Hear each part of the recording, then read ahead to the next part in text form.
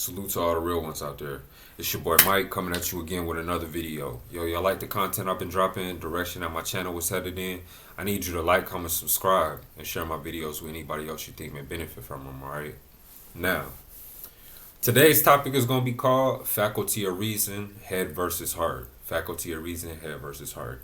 Alright, and this topic was basically sparked in my mind when I was walking out in the city the other day, and I was carrying groceries, and I just started observing people as I was kind of headed back to the house, and I peeped that a lot of people have a look of aimlessness in their face. You know, it's like it's very interesting to see how the world has changed over the last few years, you know, and I feel like everything belongs together. It's all connected. So maybe I can draw a conclusion between let's say social media was one big thing that started shifting the way that societies function, because everybody started being more comfortable with the idea of communicating through a screen on some type of device in order to convey thoughts and messages with usually people who you've never even come across.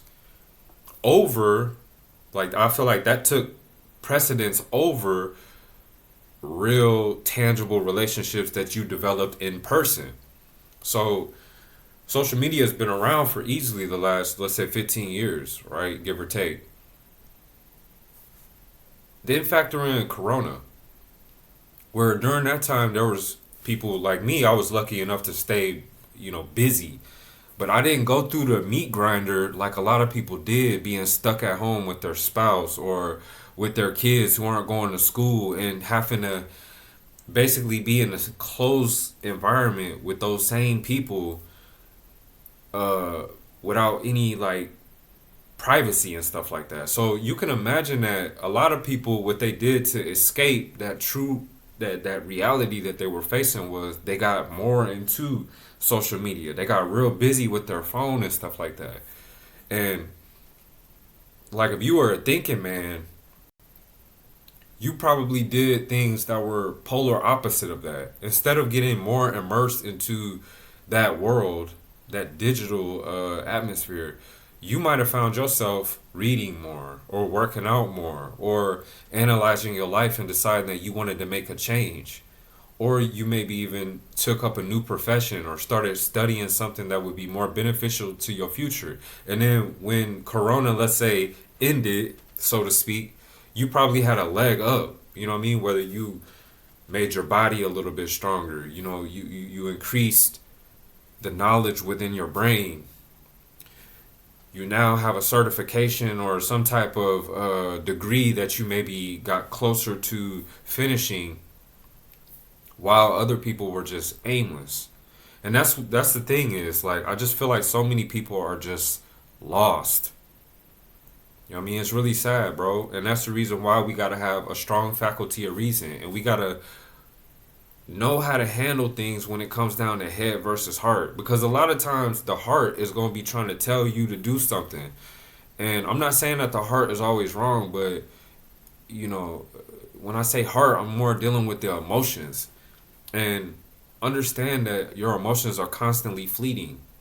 So if you go with how you feel versus what you know you should or you could do, your feelings will have you running away from the stuff that will actually land you in a very beneficial or prosperous position later on in your life.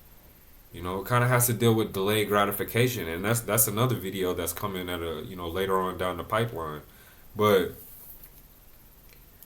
what I just peeped is that the people who use their faculty of reason more than, let's say, their heart, in this case, they choose head over heart, what's going to happen is they're going to seem more mission oriented.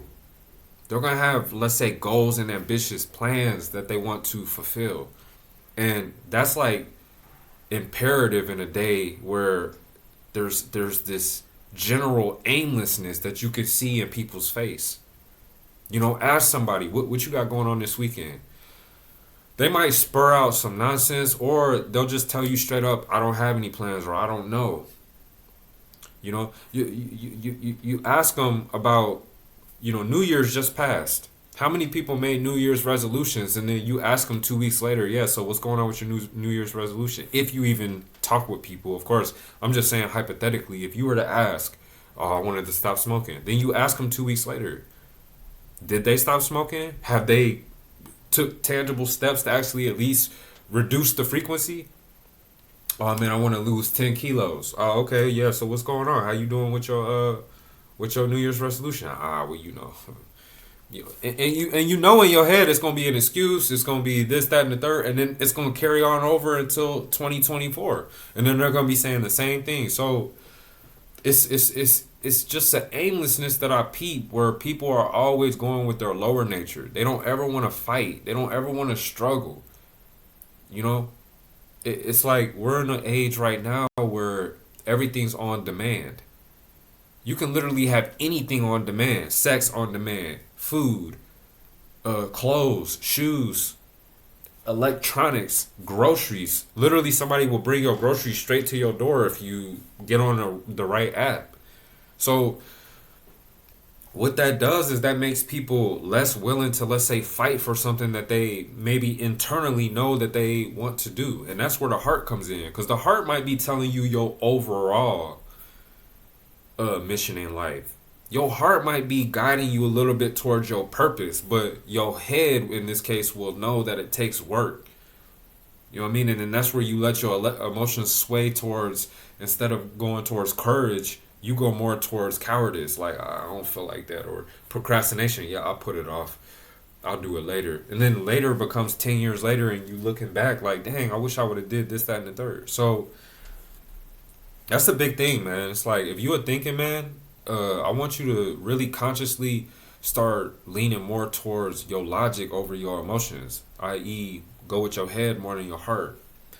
So, in the case of head over heart, you're going to be using your logic to overcome whimsical emotions.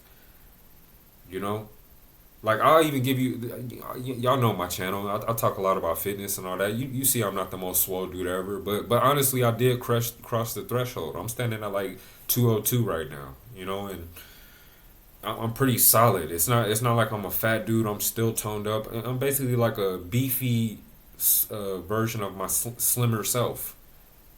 I don't think I'll ever be fat or on some sloppy shit, because I just still do the same stuff. I still do push-ups, sit-ups, what have you. But neither here nor there. Like, this morning was a very good example. All right. So one of the things that I've been trying to do, not even trying to do, one of the things that I've been implementing is the idea of early bird gets the worm. All right. So pushing my schedule more to the left so that I have more time throughout the actual the physical day, like when the light is out, when getting back with my circadian rhythm, you know what I'm saying, laying down earlier, waking up earlier, knocking out all my necessary tasks, and basically by 18, 1900, I'm pretty much done for the day, and I can decompress, chill, spend time with my wife, what have you, and then lay it down early again. So that's been tough for me, because I'm like more of a night owl. I'm a person who kind of stays up late, you know what I mean? I can get up early, but I just realized, like, over time, that's not really doing you the best, is compared to if you would lay your ass down early. Like, what are you really gaining? You feel me? So long story short, I want to hit the gym early. And what I peep is, I'm in the fourth biggest city in Germany. So I'm not a big fan of like going to the gym and it being slam packed. And once again, with this aimlessness, a lot of people just be in the gym just to say they was there. They're not really sweating. They ain't really putting up together no serious program. The women there, I can tell that they kind of starve for attention. So it's just all about just running around with their little small shorts and their little tights and all that. And it's like, bro, I'm not in the gym for none of this bullshit. I'm here to really get my workout in. So the earlier I go, of course, the more empty it is. So, 5:30 in the morning, my alarm is going off. Like I literally had this battle. That's why I know this ain't nothing that I'm just spitting off to y'all and expecting you to do this, do that. You know what I mean? I'm a perfect example. No, I be struggling with this shit too. That's where these topics come from. I woke up. I was like, yeah, I'm gonna lay back down for 10 more minutes. We already know how that goes. If you try to fucking snooze instead of just getting your ass up, like you already gonna be behind. And what happened by me sleeping the extra 10 minutes? Yo, I wound up dragging out of the bed at 5:45. You know what I mean? My goal was to be in the gym by 6, like already starting my stretches. Here I am coming in the gym at like 6:12. You know what I mean? I'm like behind schedule. And the whole workout kind of like reflected that. Did my stretches, was kind of losing count in my head. I was just totally not focused. You know what I mean? Started doing my sets. Normally I try to do 100 of whatever. It don't matter what the fuck I'm doing. If I don't do at least 100, it don't count. I always think of Vegeta in the hyperbolic time chamber. Here I am. I only made it to 75, and my body was just telling me like, bro, you're kind of cooked. Like, don't do more than that. Like, just go home. So I had to come home, and it's not like I failed. At least I worked out. But you see what I'm saying? Like, if I would have went with my head was saying get up. My heart was saying, nah, relax. You know what I'm saying? Get this 10 more minutes. It's so comfortable. It's so warm. You see what I'm saying? Go with your head over your heart, bro. Faculty of reasoning. All right. Another thing is Tortoise versus hare. I think of that, and it reminds me of investments. Especially when I was contracting, I was seeing a lot of guys that, were hopping on this whole crypto stuff. Of course, it makes sense. Crypto is like the wave of the future, and I feel like the elites are doing everything to prevent its implementation. You know what I mean? Because, of course, that will, by proxy, take away a lot of the power that governments and high institutions use money to control people with. You know what I'm saying? Like, if now you have an unchecked alternative to fiat currency, then you have no middleman that can sit over top and say, oh, we're going to use quantitative easing to ease inflation. Like, you probably won't even have inflation because it's based on scarcity. It's based on math. It's not based on somebody's whimsical feel of, oh, we got too many. You guys get my drift when it comes to crypto. But back then, you had dudes that were with the same type of thing. Head versus heart. Invested all this money in crypto. Yeah, that's head. Yeah, it makes total sense. That's the wave of the future. But any intelligent investor will tell you that you need to have a long-term strategy. And you also need to know what you're investing in. Right? You need to kind of go with tried and true methods from all these great books that have came out telling you about certain ways to invest and what's the most, let's say, beneficial strategy to implement.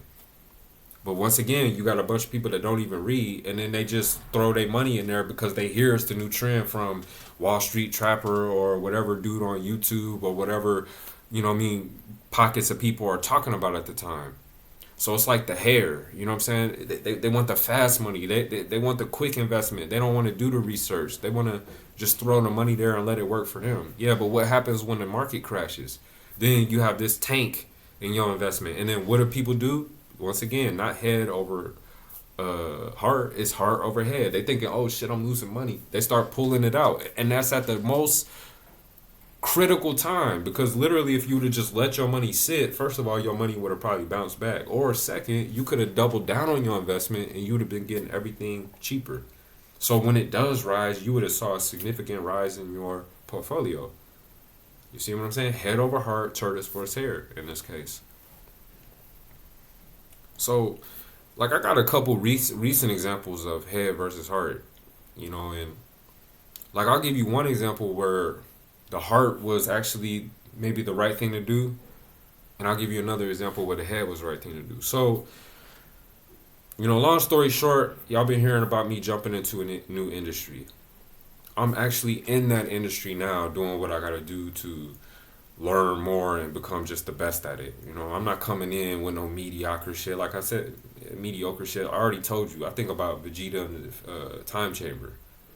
So if I'm coming into an industry, I don't want to be a person who's just entry level, barely knowing what to do. Like I want to come in swinging. I already did the hard stuff and figured it out, and now I can really prosper in this new career. But in the process, like, there were a lot of little hiccups that were trying to deter me away from that path. And this is where like head versus heart really took over. Like heart was saying like, ah man, maybe it's not meant to be and this and that. It was based on fear. But the head was like, nah man, if you get a no here, you need to go around, over top or underneath or even through this problem. Like take no for an answer. Don't take no for an answer. You know what I mean? You got to be more aggressive when it comes down to things that you want in life. And don't let anybody stop you. And just by keeping that mentality, look, in the end, I got the exact result that I was shooting for. So that's a good example. Or take it when heart trumped head. So here it is. I'm over here riding on a train. And this ain't nothing me about, ain't nothing about me bragging or trying to seem like I'm a tough guy. It's whatever. Everybody going to have their own opinion. But I told y'all in numerous videos before, I've been in a lot of fights in my life. And I'm not scared to scrap. You know what I mean? Of course, I'm 37 years old. I'm almost 40. Like, I'm a middle-aged man. Like, I ain't out here looking for drama. But if shit come my way, like, I'm not afraid. You know what I mean? So, long story short, I'm on the train. Dude over here talking real reckless to his girl. I see she has a black eye, and he's jumping at her like he's about to hit her in the train if she don't shut up, and he gonna do this and he gonna do that. And like I heard this for like one stop, two stop, but by the third stop I got kind of pissed off because first of all, like, yo, you yelling at her. It's not like you guys are in your place in your apartment yelling at each other, and then I walk past and I'm like, hey man, I'm about to play Captain Saberho. Like, nah man, I'm seeing it right here in my face. So somewhere it's disrespectful to me as a man. Like, I ain't trying to hear you yelling at your girl, calling her all type of names, and then you jumping at her like you finna attack. Like, that's some hoe shit. You know what I mean? For real. Like, I argue with my wife too, and I'd be pissed if somebody want to intervene. Like, bro, who are you? But I'm not threatening my wife. I'm not jumping at her like I'm about to knock her damn lights out, and you don't see her with a black eye, right? So, head said, stay out of it, continue reading your book. Heart said, stop that shit right where it stands. So I actually just got up, approached dude. He want to try to talk reckless, slammed him up against the damn wall in the train. Of course, he want to. That's what I'm saying. A lot of people in this day and age, they probably never even fought before. They probably never had to physically confront. You know what I mean? It's a lot of pussy ass men out here that want to talk reckless, want to get online and say this and that, and how they'll, you a op and we gonna X you out. They'll be picked to pick up a gun, but ain't never just, you know what I mean, squared up with somebody and threw them hands. So when I just slammed him up against the wall, I could tell he ain't want no parts. And he immediately started acting like he about to call the police. You know what I mean? Long story short, nothing happened, but that's an example of where my heart told me to do that and I went with that. You know what I'm saying? Like, it's not saying that every single time your logic is the best way to go, because I would have felt terrible. You know what I mean? Just sitting there, just looking at this chick get punked like that, and then I don't do nothing to help. Like, come on. Another thing when it comes down to, the faculty of reason. Let's just be honest, man. Everybody has things that they know they need to be doing. Niggas out here trying to change the whole entire world, but you know what I mean, and talking about politics and this and that. But it's like, bro, look at your own life. What do you have under your control? What can you change right there? And even me, I gotta admit, like sometimes I'm procrastinating. I'm putting stuff off. I'm doing this. I'm doing that. But yo, if I go on my logic always has something I could be doing. Always. No brakes, all gas. You feel me? Like, so I'm telling you just like I'm telling my own damn self. Start using your head and trump your heart, because your heart will literally let you coast throughout life. You won't even feel like doing shit. You know what I'm saying? That the path of least resistance, that's something that's in human nature. So it's like a constant battle if you want to be a stand-up thinking man. In terms of women, bro, it's so easy to tell you. I mean, I'm married. Like, y'all already heard. I don't have to go down that whole rabbit hole and explain a whole bunch of stuff. My whole thing is, I'm just saying. Think about if you were a woman. All right? And make yourself pretty, too. Think about the dynamic that you're facing right now. If you just wanted, like, a pretty solid dude. Think about how it's slim pickings. You know what I'm saying? It's not many dudes who really have a standard. It's not many dudes who will really tell you no. It's not many dudes who will come up front, direct, honest, saying right in your face how they feel. It's not many dudes you really can talk to and pull from their knowledge and expertise while at the same time being sexually attracted to them because they know how to basically be Machiavellian and adapt both sides. It's not many dudes like that, bro. Real talk. They either hard in one category and struggling in the other one, or it's vice versa. You know what I mean? You got a nerd who's the most expert engineer, but he has no game whatsoever when it comes to like making his woman tingle. Or you got the street dude out here. He flipping birds, getting shot at, got a pistol on his waist, looking over his shoulder. Yeah, and a chick like that because it's excitement. You know what I mean? He disappears for 2 weeks and don't call her, and her mind gets to wander about who is he with, what's happening with him, is he in trouble, this, that. Like, women need that emotional up and down. So that's what she's gonna get from him, but she'll never get the stability that she'll get from the engineer. How can you be fucking both? Let's say you are, and you're continuing to plug away at all your goals, and you let your head dictate how your life should go over your heart. In a world where everybody is damn aimless, bro, women are gonna flock to you because they're gonna see something in you that they don't see in the average caliber of men that are just in her environment on the daily. Other men are gonna gravitate towards you because first of all, many of them are just lost. So in a world where people are lost, if you look like you know where you're going, people are gonna want to somehow connect with you. All right. And another thing is, if you actually are a thinking man, you're going to come across other thinking men who are going to resonate on your frequency, and they're going to feel where you coming from, and you're going to feel where they coming from. Like, so it's like you a fellow wolf, and now we can start to have like a little pack. Now, of course, if you a thinking man too, you're not going to really be clicking up with so many people because you know your mission is paramount. Mission comes number one. So more than likely, you probably won't even talk to old dude for 2 months. But when y'all do, you're going to cover a lot of ground in that one conversation. Because it's just that potent between y'all where you don't need to talk all the time. Because both of y'all making moves respectively. You feel me? So all these dudes, like I had a conversation with a dude the other day. He talking about, man, yeah, you married, you know, it must be nice. And I'm like, bro, how did I get married? How did I find the girl? Did I change my whole strategy? Was I a little stupid dude who was single and then I just luckily stumbled upon my wife and then now we're together? Like, nah, man, it wasn't like that. I was still thinking somewhat the same now, back then as I do now. And I'm dropping the same game. And honestly, if my wife wasn't in the picture, I would be on the same strategy. I would not be over here signing up for every dating app, uploading mad pictures, chasing the fuck out of bras. I would be doubling down on all the stuff that I was not doing when I was in my relationship, i.e., get my money even more on point, focusing on health, changing up my wardrobe, doing this, doing that. I'd be so focused on me that by default, a woman across the street or whoever the fuck, if I'm feeling her, she's going to automatically be vibing on my frequency because she's going to notice, dang, a dude like that, cut from that cloth, I don't come across often. And he talking all right, he talking about understanding seduction, understanding, you know what I'm saying, leadership, understanding that there's a lot of feminist programming. This nigga done broke all of that, and he's hollering at me, and he looks good, and he works out. Like it's so many checks in the boxes because I'm focused on myself. Because I don't live my life based on just what my heart is telling me. I try to filter everything through my faculty of reason. Alright? And last but not least, you know, you heard me say the term thinking man quite a bit. And that's because I got mad respect for a YouTube creator. His name is Stinking Man's Templar. You know what I mean? I put him up there with all of the greats, especially on the black manosphere. You know, you got him, you got Ron Wills, you got Alpha Male Strategies, you got Kevin Samuels, rest in peace. You know what I'm saying? Back in the day, I was listening to BGS Ibmore.